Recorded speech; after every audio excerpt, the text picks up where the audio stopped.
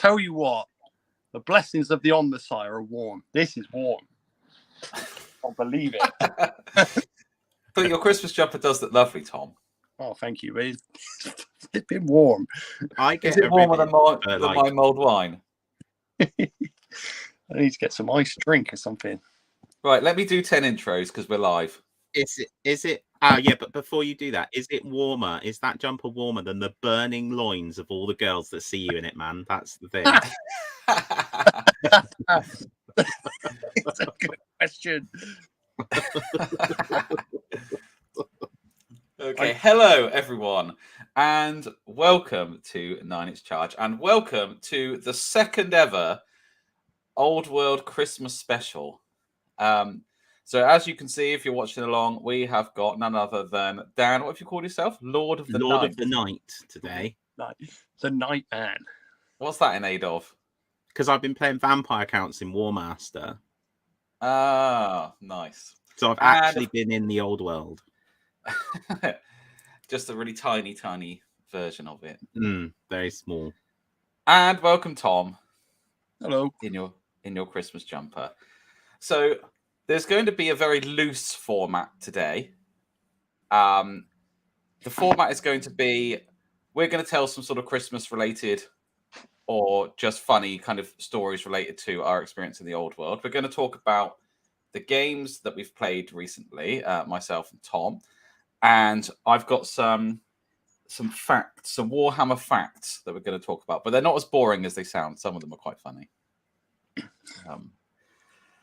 Thank you, Goatman999 for joining us. Merry Christmas to you too. All right, let's kick us off. Dan, I think you've got a cracking story. Yes, well, so when I ran Games Workshop Bath and I lived in a shared house, my housemates sort of discovered this, that I was working in Bath, and I was away for a week. And when I got back, and I have to say, like, they were fantastic. We had a lot of good times, but I went into my room and it was only a box room.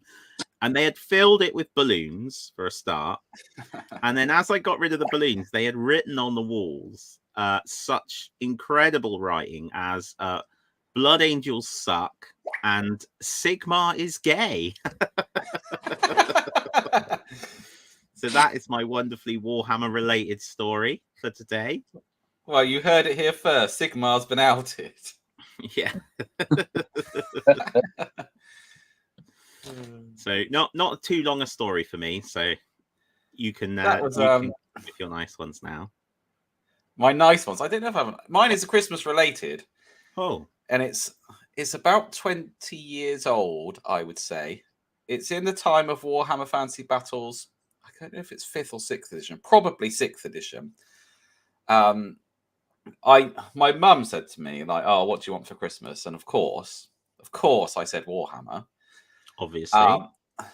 And she was like, "Well, what Warhammer do you want?" And I was like, "Oh, I don't really know." I had to think about it. And I said, "Oh, I want some elves or something." Obviously, probably wood elves. And then she went to the shop and they were like, "Oh, well," she went to Antics in Plymouth upstairs. Oh, yeah. And they said, "Oh, there's a catalogue here of all the stuff that Games Workshop do, and you can get the catalogue and then you can pick." So she picked up a catalogue and went to walk out, and they said, "Oh, no, you've got to buy that catalogue." Because at that time, the Games Workshop catalogue was a product. Yeah, it was that big, thick one, wasn't it? With all the... Yeah, which was weird. And my mum was just having absolutely none of it. I think she felt like she just walked into Argos and they were trying to charge her for the Argos book. And she was like, "You want me to buy a book to tell me what things I need to buy for my son for Christmas? No, I'm not paying for it." And she walked out. What, with it? Yeah. And then she come home and she was like, "Right, here's the catalogue. You choose what you want for Christmas out of the catalogue." And I didn't find out until sometime later. But in fairness, she did go back and buy the models that I wanted from Antics. So they did make a sale off of it. But also she did steal a product because she thought that it wasn't worth paying for. Which is never the case with anything with Citadel on it, is it, Dan? Of course. Do you think I could withhold my tax because I don't think the current government's worth paying for? Well, what are you going to make them do? Like, you can only have my tax money if you spend it on Warhammer. Warhammer World access.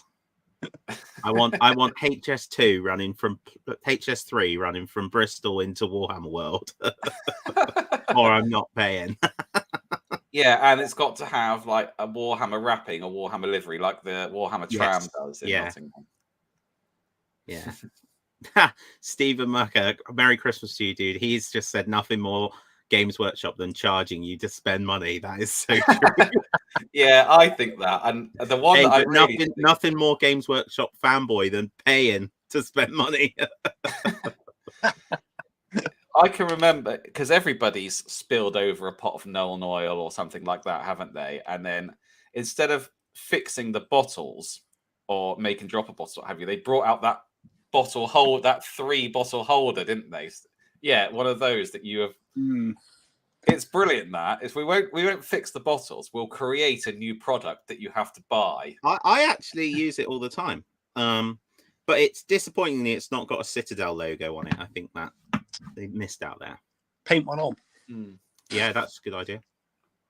They could come up with a new set of brushes just for that. Yeah. Has Tomo got a story?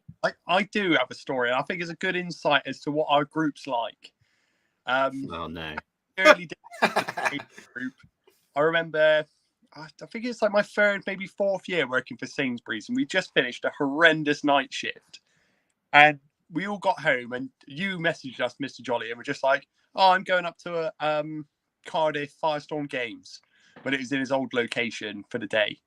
And we were just like, "Yeah, let's barrel into the old drop pod and fire our way down into Wales." And that was it. We just like, me and Dan were both hanging, ready to play some games. It was freezing cold.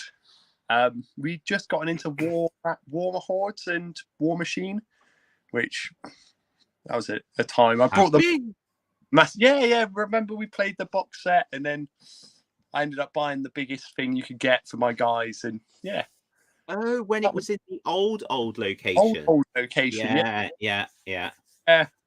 That was sick. That is just like how our hobby group used to run. Like, we'd get home from work, someone would have this brilliant idea of, let's drive an hour and a half away to spend a ton of money and then barrel back in and then go back to work. It's great.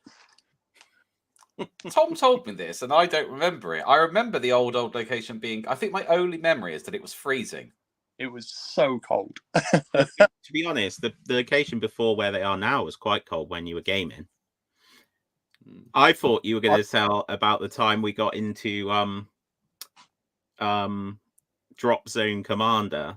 Oh, that was another one. And I was basically going to be the champion of Drop Zone, and it was all fantastic and built a massive army and painted and stuff, and it was all great until we played a game, and then we never played it again. The one game. Well, yeah, I mean, at least when you play Warhammer, you've got your army book and your rule book. But that Drop Zone Commander game, we had to play across 4 or 5 books and pamphlets and leaflets and websites and all that. It took all day. Yeah, and then it just comes down to one dice roll. It just wasn't refined. That was when really cold, well, wasn't it? And I think one of us came home quite ill. That was funny.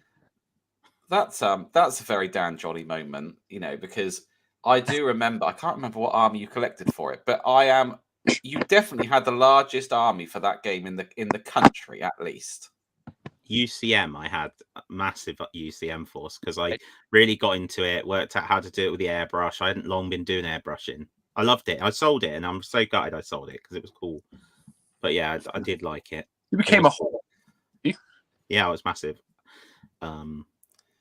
I got bringing it back to Christmas and Warhammer. I got the 6th ed. I think it was 6th ed Warhammer Fantasy Battles box one Christmas.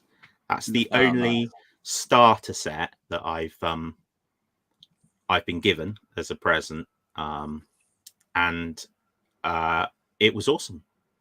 It was really cool. I still love those Empire models, and I think if they were still the Empire models, I'd still be buying Empire models today, rather than all this gumph with 101 different bits and bobs to put on, and most importantly of all, no shoes. God, it Well, was it's a good job Ben isn't with us, isn't it? Hmm. He'd be going crazy now. I find that it's nice that you got a Warhammer set for Christmas. I find my family kind of get it now. It's taken them a bit of time. I think there was a time I used to talk to them about, I want Warhammer. They get me vouchers now because it's easier. But if I would talk to them about Warhammer, it would be like I was talking in a foreign language. Oh, mate, there's nothing. There's nothing I find more frustrating than when you just get some random gumph. And I know I should be grateful, but don't buy me random gumph. I've got very clearly defined hobby. And it's not, there's these stores and they even say Warhammer. I don't want random tat from Boots. I'd rather that people kept their money, to be honest, because it just fills up my house sometimes.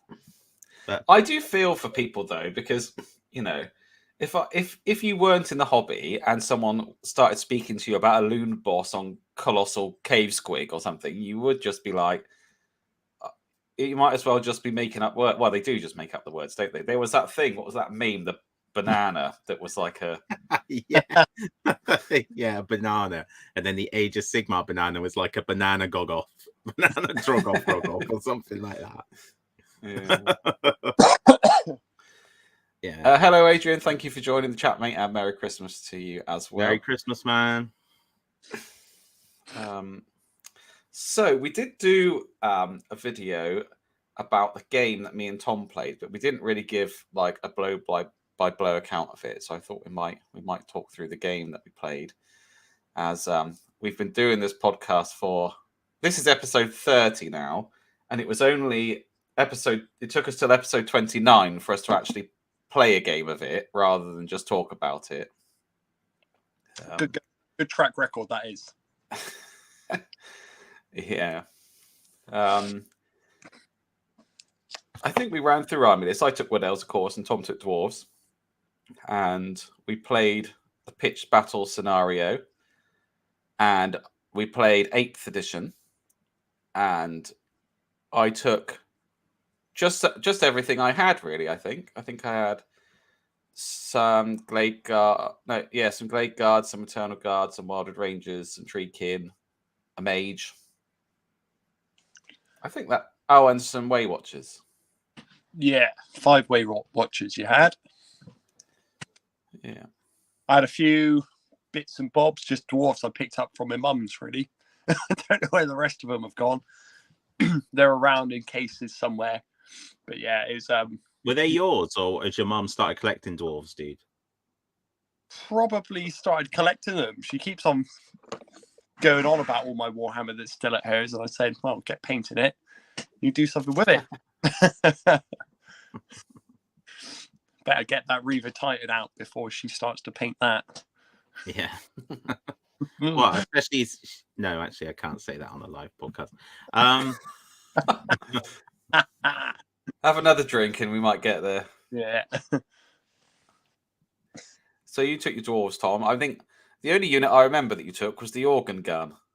Oh, the organ gun was on point, wasn't it? All game. Didn't miss a beat, that thing. Blasted some Way Watchers off the table. 14 in the first turn?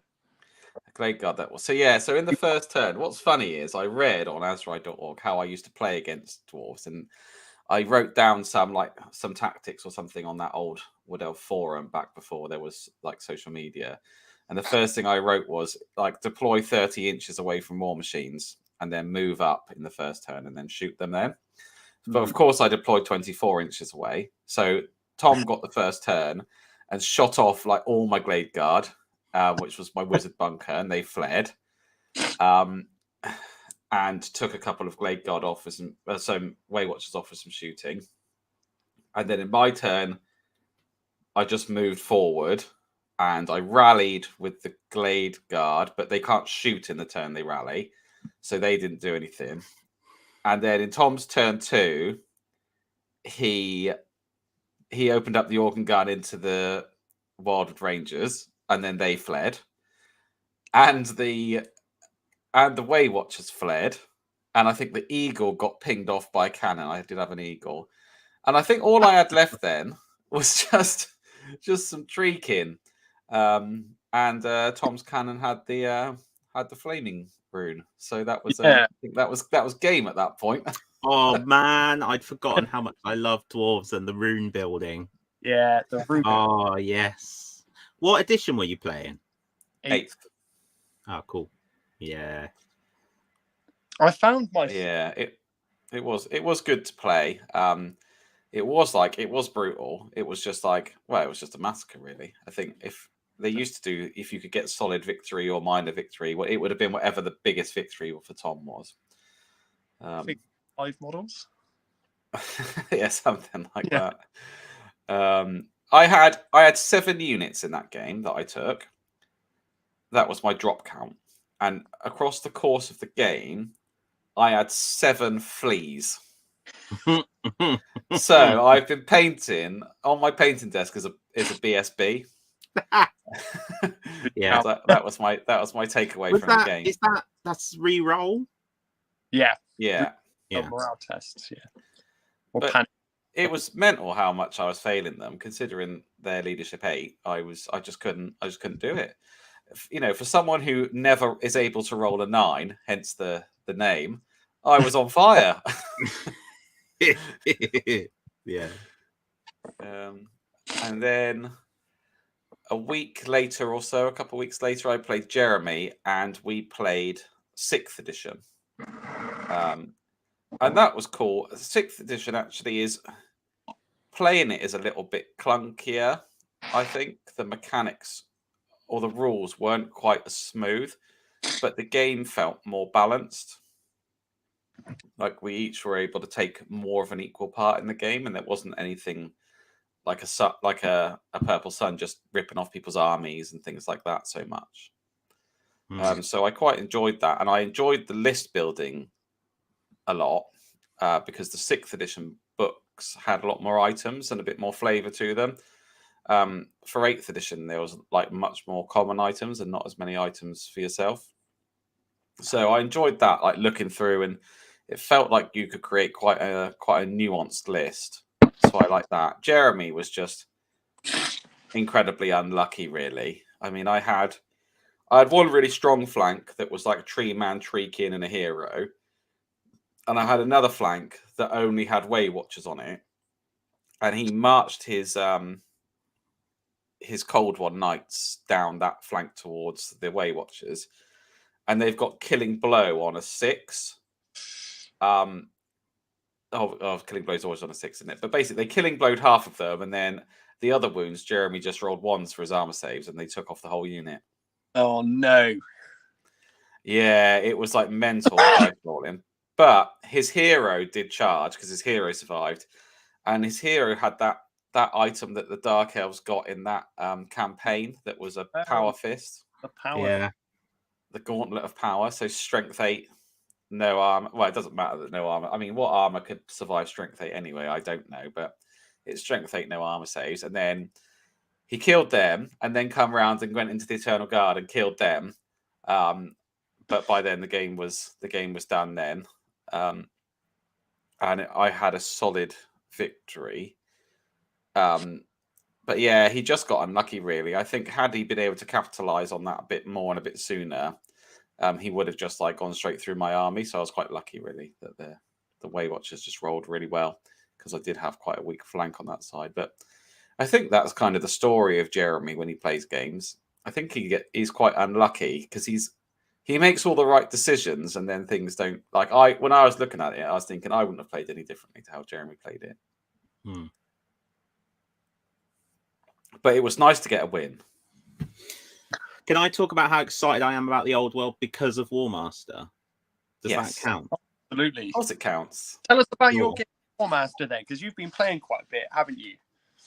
Yeah, is your plan to make your Warmaster army into 28 mils, but have like the same number of models. Oh God, that's That would be Have cool, like- wouldn't it? Have like the super mega maybe. horde and play it I mean- on. Don't play 6 foot, play 6 meters. I have to be honest, like, and this will change, so you don't need to panic, because you know what I'm like. Right now, I'm like, I want to engage with Warmaster so that when Old World eventually comes out, I don't just buy loads of it and just swamp myself in miniatures, because the great thing, what I'm loving is just being re-engaged with the Old World, and it's really classic because so many people now are doing STLs. And for whatever reason, I know Games Workshop took some steps to get the Warmaster Revolution guys to remove certain artwork from the PDF and stuff recently. But for whatever reason, Games Workshop haven't come in and just clamped down on the STL creators, even though, like, some of them, like the vampires I'm doing, like, there's a necromancer and a little white lord, and they are basically Kemler and Krell. Basically, that's what they look like, you know. And like that wood elf I gave that you had, that hero that just looks exactly like Arlof. You know, it's just so exciting to be back in the Old World and not having to spend ages painting it. But I'm doing vampires at the moment, and I'm really enjoying them. But I really want to get my teeth into Empire. yeah, I love the Empire, and they're colourful. I just Chris, I asked Chris Goff what his favourite Warhammer Old World army was, and after he'd basically listed them all except for, like, I think he said it wasn't Chaos or Dwarves or one other. I can't remember what the other one was.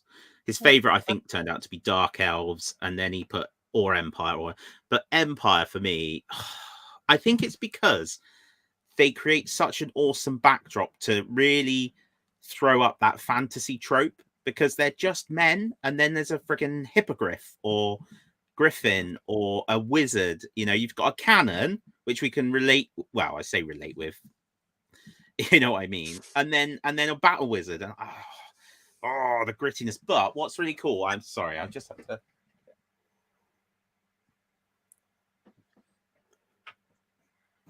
check out. This is why Warmaster wins. 3D printed watchtower. Wizard's Tower. No way, that looks just like the Games Workshop one. yeah. That they used to do. Awesome, isn't it? And Tom's got a little castle thing. So I've been going a bit mad. I've printed. Well, Tom's got the rest of his 2,000 point Bretonnian army is all done. 2,000 point ogre army for Henry. 2,000 points. I've did the next 1,000 points for Ben Chambers' dwarves, and I'm working on the next 1,000 points to get my vampires to 2,000 points. Nice. But the games have been fun. Although you're making me want to paint mine up. The point for me is, the only thing that's stopping me is I've just seen that there's a Warhammer Fantasy Battles 8th edition tournament in March in Cardiff. That's cool. Yeah, so I'm thinking if I can, I need to paint up some Wild Riders and some Sisters of the Thorn, but then I'll be good to go. I'll have everything that I would want. I've written my tournament list, and I'd have everything then that I would want to play. So I kind of want to keep pushing on and finish this army off and get everything in it. But maybe I'll do something like, if I paint a unit of 28 mil wood elves, I'll paint a unit of 10 mil wood elves, because I don't think the 10 mil ones will take nearly as long, especially with contrast now. Oh, that's so sick. Yeah. Wow, he is very cool, isn't he? So Stephen Mercer there didn't realize how much I wanted tiny terrain. Yes, man. Yeah, that's where I'll tell you. Wait, it gets serious now.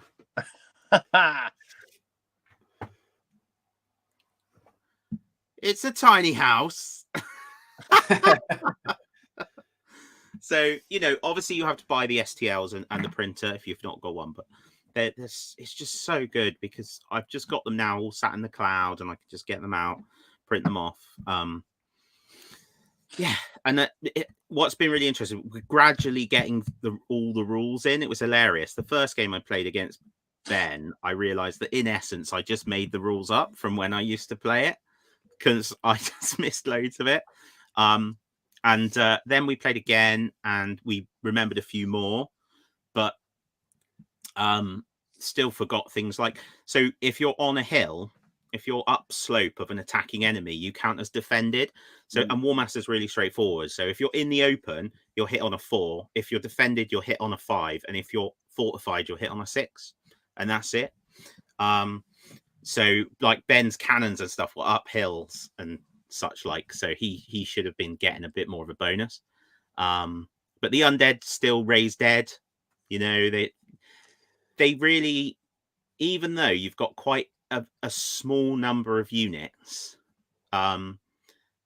they've really got the feel, the theme of the army. So I think if you really like that nuanced, like this magic item with that item and that item, then it's probably not the game that you'd want, because it's not got that level of detail in it. But it gives you a simple way, simple rules, hard to master way of just getting back into the old world and playing it, which is so exciting. And also you can just do the terrain so quickly. And like Ben and I have been playing on a green board with a few hills, a little wood, token watchtower. It just feels like fantasy. Can you print those buildings to 28 mils so we can play more time?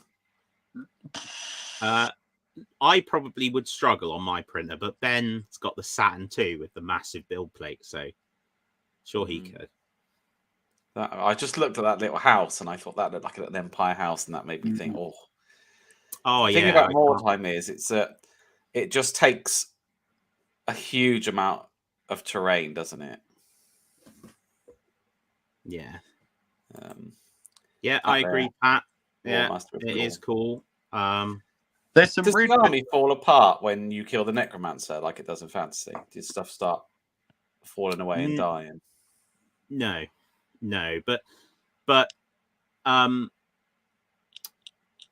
basically once you start noveling the heroes, which is quite hard to do because of the way they work in War Master, the army sort of stops anyway, because you need your heroes to command your forces around. But that essentially they're just a token on the board unless they actually join a unit, and that's when they can be threatened more so.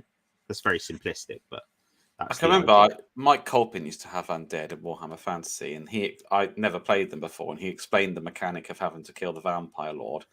And then I went into combat against the Vampire Lord, and he just absolutely decimated everything I threw at him. I think I just kind of slowballed my army in one unit at a time, and without fail, one unit at a time, he just broke them and absolutely destroyed them.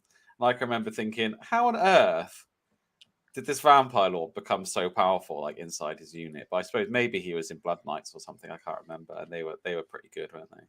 I don't know if this will show up, and then I'll stop going on about War Master. But this is what I was talking about Kemmler and Kel. You can't really see it. Yeah. We'll put some pictures up on the socials so people can see. Well, I'm pleased you've dipped your toe in. You're going to have to get your high elves together, because one of the things that I want to do is other than just, I think we need to have a grudge match, which is high elves, your high elves versus Tom's dwarves. And I'd like to do a triumph and treachery between all the 3 elven races, you, me, and Jeremy, and see who comes out victorious. The irony there is Tom is the one that owns the triumph and treachery rules. Yeah. So he can come, but he's not allowed to play.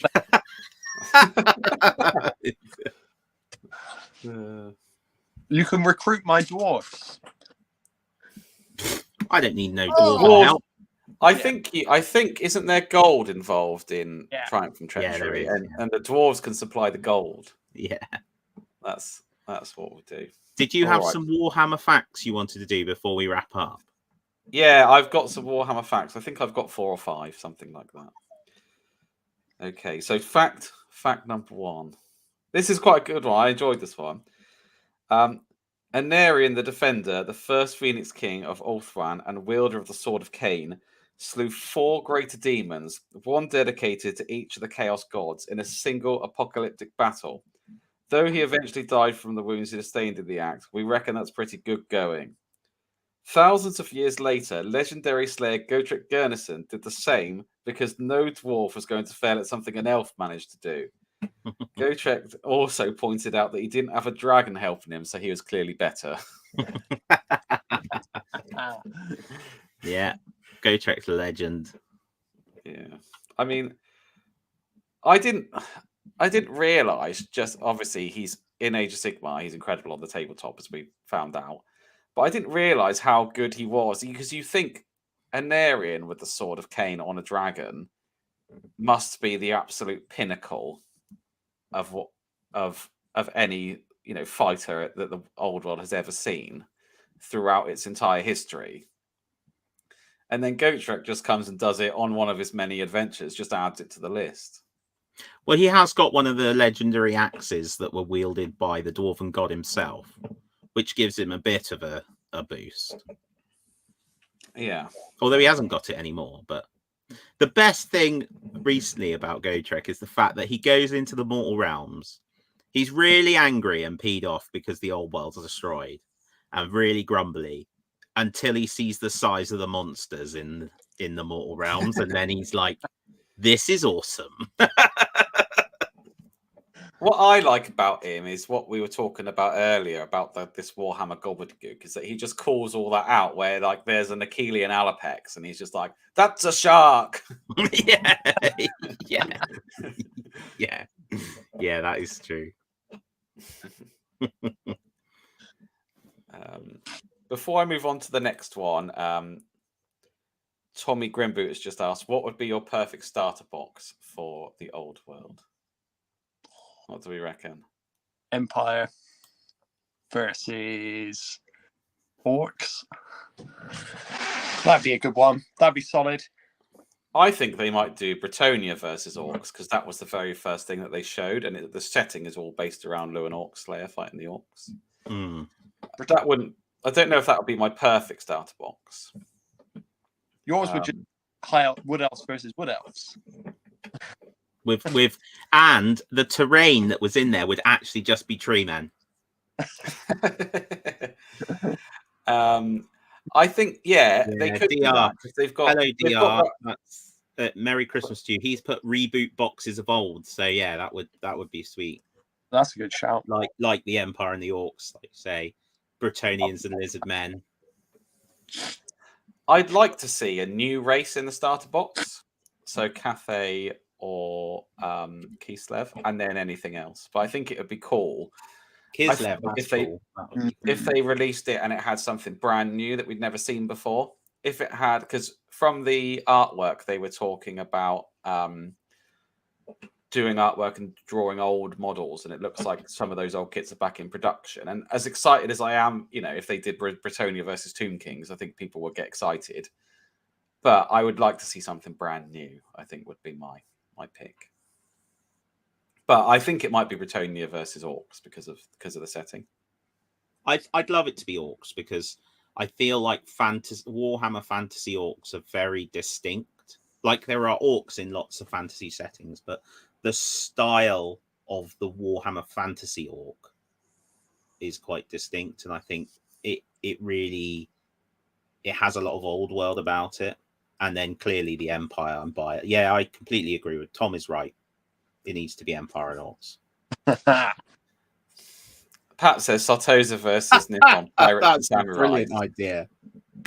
That'd be cool. Oh, Stephen Murphy said he wouldn't want to play elves. Do you mean you wouldn't want to play as elves, Steve? Or do you mean you don't want to play against them? Because clearly everyone wants to play as an elf, because they're the best. Apart from Empire. But you can see why you wouldn't want to play against them, because some people take loads of bows. Yeah, you do.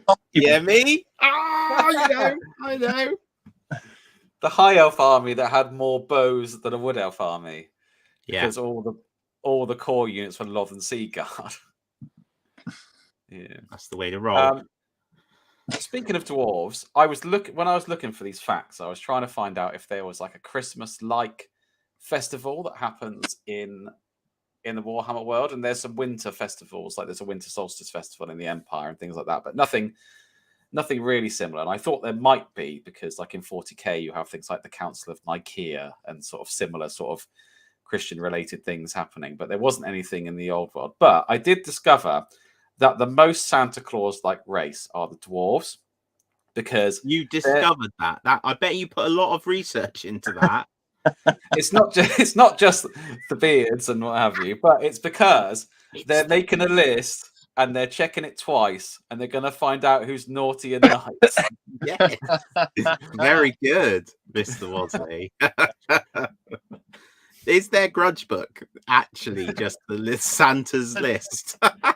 And lumps of coal are quite important to elves, as they are to naughty children. The parallels never end. It's not. DR says it's the beards. I mean, it is the beards, but it's also the lumps of coal and the grudge list. So yeah, It's not the good list and the naughty list anymore. It's the grudge list. So make sure you tell your kids. You're going in the book. To be fair, my kids sort of turn into slayers sometimes, so fairly accurate. Come on, Is what's that the next? just because of the ginger hair, or? Yeah, well, and the wanton destruction. All right, the next fact. Now, this is just a Warhammer fact. This is just something that I thought was interesting. I think we've spoken about this before, actually. I think we might have known this one. But when the Citadel armor painting team started using Agrax Earthshade for the first time, it was when the War of the Ring first came out. And when they had to paint the armies, it was Chris Peach and Nick Baton who were painting them. And they got through a 2.5 litre can of Agrax Earthshade each a week painting those armies. What the hell? That's nuts. I can believe that, because I painted a War of the Ring orc army and used a lot of Agrax Earthshade. Or Devlan Mud.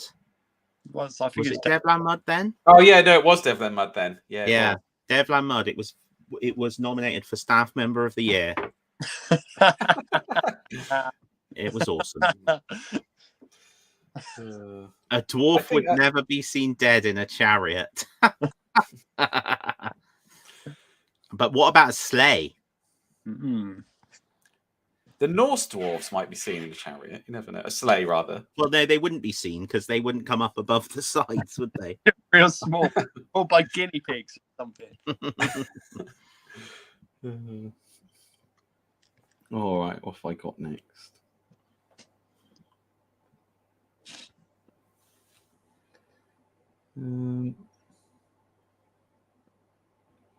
You wrote these facts. What are you doing? I'm trying to find them. You lost them. Yeah, I've lost them. Oh, You guys will have to talk amongst yourselves whilst I find them. Oh, here we go. I found them. This is one for you, Dan, this one. And this is a 40k fact. This is: the shape of the Astartes power pack was designed as a high-tech visual counterpart to a Napoleonic soldier's bedroll and equipment pack. Ah, that's cool. Yeah, you can see that as well. Yeah, I thought that was cool. And another 40k one is that Chaos Squats were a thing to go alongside the Chaos Dwarves. Yeah, I remember that. Well, I don't remember those, but I remember seeing pictures of them in an old white tour. I got a fact about the Slan. Do you remember the Slan models that were like upright frogs? And then, like, in the lore, you'd read battles about them, like running across the battlefield and leaping and jumping. And obviously now they're all old and they couldn't do it. But they did have war bands in Rogue Trader, and they could carry crossbows and las cannons because they were in both games. Which I thought was quite that cool. Sounds very very much like the old days. And my last one is that games design legend Jervis Johnson and Rick Priestley were responsible for designing many of the challenges in the first few series of the television show The Crystal Maze. Oh, really? Yeah. That's cool. That was a great show. I used to love watching The Crystal Maze, but what you can watch on YouTube is there's some videos of The Crystal Maze like being watched, and you get the earpiece for the presenter, whichever one it might have been at the time. And people go into the puzzles and they just don't get them, and they just start like tearing the set apart. And then in the earpiece, just go, "Oh, what is he doing? I spent ages making that," and all stuff like that going on, which I think was quite cool. Do you know what is really good if you want to get your Crystal Maze fix at the minute? The Floor is Lava. The Floor is Lava. Yeah. That's a great show. It's not that good though, is it? It's good enough. It's funny. The best bit, right? And I fell for this as well, is when they fall in the lava, it's edited so that they just disappear. Like they're just gone. They just go underneath and that's it. And I even looked up on Google. I was like, where do they go? And it was like trending in Google as well. That people were looking up like, where do the people go in the floor? And people were like, oh, there must be like scuba divers underneath, pulling them away, or the little trapdoors. It's brilliant. It is funny. I'll have to watch. I've never seen that. I'll have to watch. Yeah, it. Netflix, I think. Get on the Netflix. It's brilliant. I've got one more. I didn't know I had one more. I'm finding them all now. Archeon the Everchosen was once a Templar of the Knightly Order of the Twin-Tailed Orb, an order that was devoted to Sigmar, and he was brought up by a local Sigmarite priest after he was abandoned by his father. Oh. See, it all went downhill from there. That's a little bit like the old Anakin Skywalker goings on, isn't it? Do you reckon that priest and Obi-Wan Kenobi are the same person that crossed between worlds? There is a little bit of that, isn't there? Like when the Skaven contact Eldar or something, isn't there? Oh yeah, there's been little things. I remember a great book. I think it was in the Zavant book or something, and there was a sorcerer of Tzeentch who summons a disc of Tzeentch, and it takes him on this wild ride, and it goes up into the warp, and then it pops out of these warp portals, and there are giant robots with laser guns on their arms shooting armies of superhumans, and it's like blatantly Titans. All this random stuff. That's very cool. All right, so I think that is we've been going just coming up for 45 minutes. So I think that's probably just about time for us. I mean, we spoke a bit about the old world, didn't we? We said there's no set format. We're just going to have a bit of a laugh. But so yeah, I think we will call it there. But thank you very much, everyone who joined us. Thank you, everyone who left a comment. We do wish you all a very Merry Christmas, and the Old World Show will be back in the new year, and we will try our best to film some of the games that we've been playing.